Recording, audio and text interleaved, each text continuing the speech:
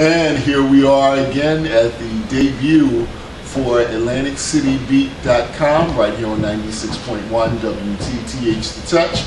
My name is Raymond Tyler, and I'm coming to you right now live from the King's Lounge here in the heart of South Jersey, not quite Atlantic City, but I'm here with my good friend and someone who's probably feels like a good friend to you, the very lovely Lisa Johnson from Lisa Johnson Communications, the premier PR firm here in Atlantic City and South Jersey area. And for years you've known Lisa Johnson for her great work as an anchor on TV40. Thank you so much for taking time out of your busy schedule to be with us today. Oh, my pleasure. Thank you so much. It's fun to be here. What a nice introduction. Thank you. Well, thank you.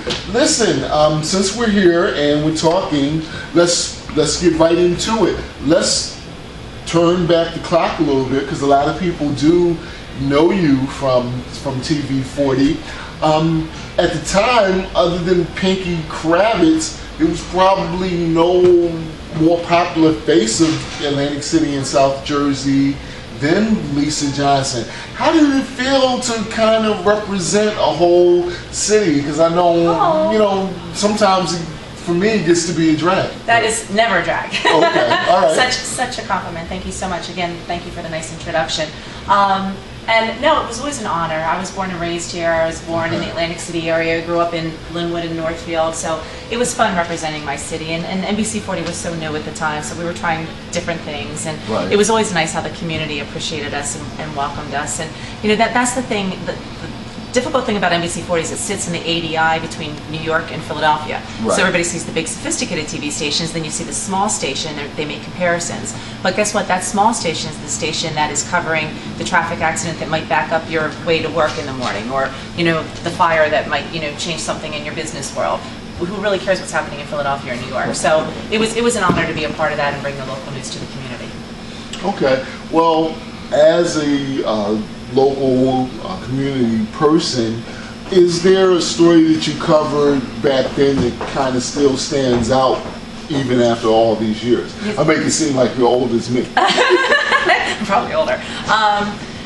You know, it's funny, the one story that really touched my heart, and unfortunately I cannot remember the child's name, but there was a little boy, and I believe he was from Galloway Township, and his dream was to meet the quarterback of the Eagles at the time. Oh my goodness. Who was the famous, good-looking African-American? Randall Cunningham.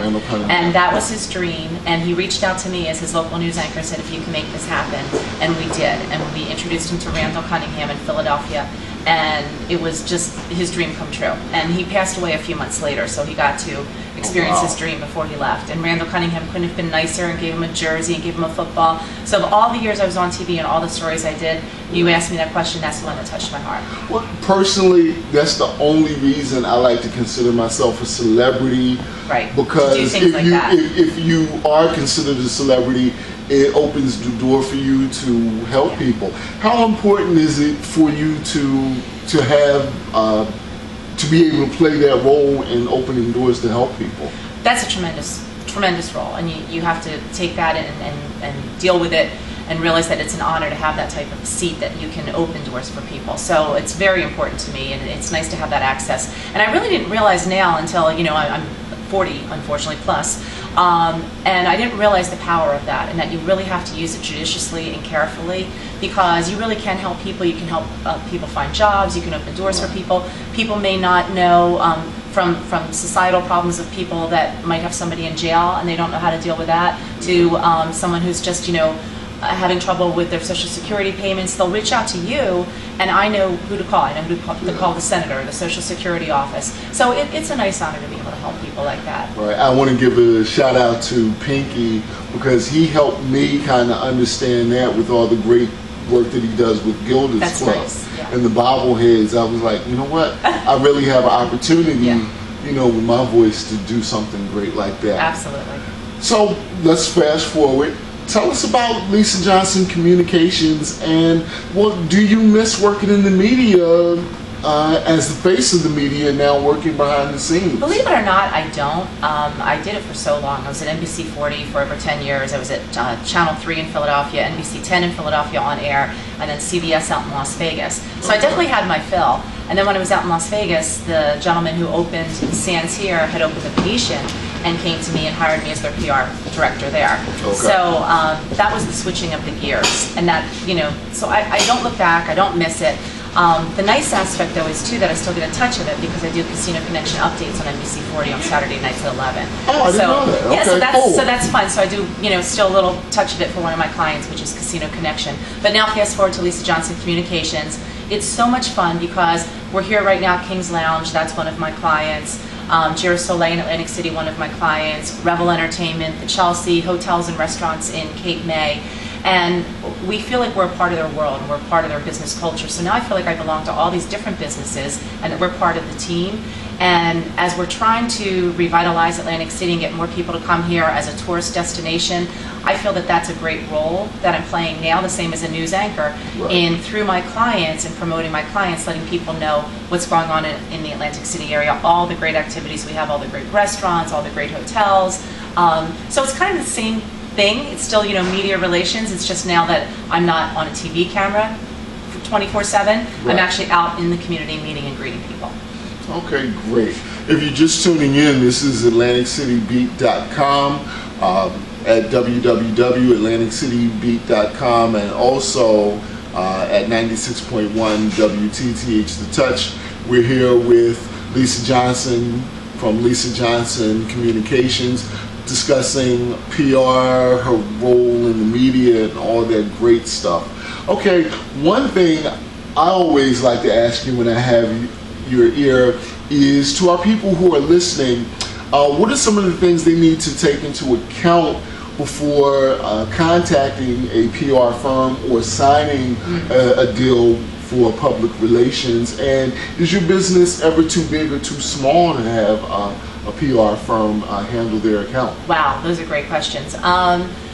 I wish I could say no business is too small, but there's a cost involved, and Right. there's my time, my agency's time. So if you have a smaller business, you have to look at that you're going to be exerting some money. You know, the least amount of money that anybody would put out monthly is about $1,000 a month if you have a smaller restaurant. If you want to equate that, whereas the larger hotels are anywhere from $5,000 to $25,000 a month. So you want to look at that. And some of the smaller businesses that are just opening don't have that kind of investment that they can make. You know, Right. some of the clothing boutiques, some of the restaurants. So so you have to look at your budget. You have to see, you know, what you're prepared to do. Right. But everybody benefits from public relations, whether they do it themselves or not. And these days, or they hire an outside agency, these days it's so important to have someone, a voice to the media, letting the media know what you're doing. That third-party endorsement from the media is so much more important than just a straight ad.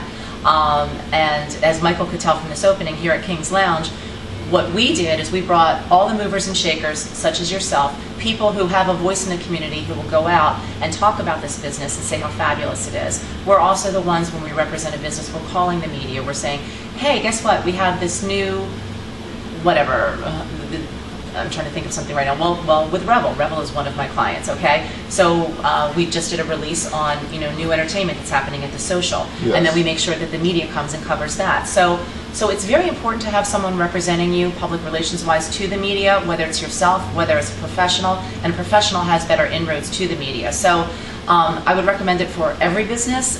Unfortunately, the smaller businesses sometimes have to be more careful with their budgets. Yeah, I would say, and you can correct me if I'm wrong, even if you have a small business, you should still dedicate some of your budget to public relations. Absolutely, and I keep saying whether you do it yourself, if you're a manager of a store, and you can, you know, manage your own Facebook, if you can manage reaching out to the media, writing your own press releases. Most people, though, don't have that access. They don't know what it takes to write a press release. They don't know how to reach out to the media, and that's when you need a professional involved. Okay, so I've invoked the PK word a couple times. Pretend I'm Pinky Kravitz. I was wondering what the PK word is. And this is the other reason why I invited you here. Give us some juicy news that may not be out yet. Oh my goodness. Or is there anything juicy news you can share with us? I can. Okay. I don't know if I can, but I will. Trump Plaza, as you know, is in the process of being purchased right now by the Morella brothers. Okay. The architect who's designing it is Paul Steelman. He's a client of ours. He's the world's leading gaming architect, building the most beautiful hotels in the world with casinos inside of them. He's just opened properties in Macau, Switzerland. He's all over the world. Obviously, he's out in Las Vegas as well. But he's an Atlantic City native. So he grew up, well, he's from the Philadelphia area. His wife is from Atlantic City, and his first positions as an architect were in Atlantic City.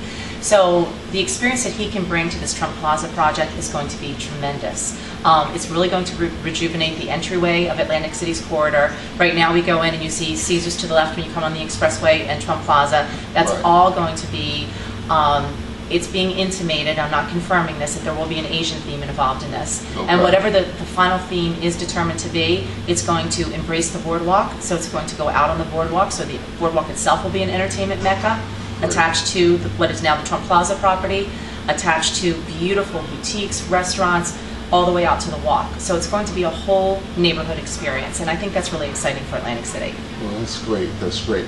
Let me share some information with the listeners and the people who are watching on the website. That I think I wrote this earlier today too. You're going to be with us April 6th for our launch party Yes. at the Foundation Yes, Room. looking forward to it. Yes. Okay, great. And you're going to bring some of your friends. I almost said some of your beautiful friends, but I don't know if I can say that. You can I say don't want to that. catch a case for sexual harassment. No, that's fine. You can call us beautiful anytime. We appreciate it. Okay. Well, then shout out to Ashley and the rest of your staff. My beautiful staff. All right. Lisa Johnson, I'm Raymond Tyler. This is AtlanticCityBeat.com. Shout out to Dave, who's behind the camera today. Good job. Thank you so much. And we'll be back with more AtlanticCityBeat.com in just a few. Thank you.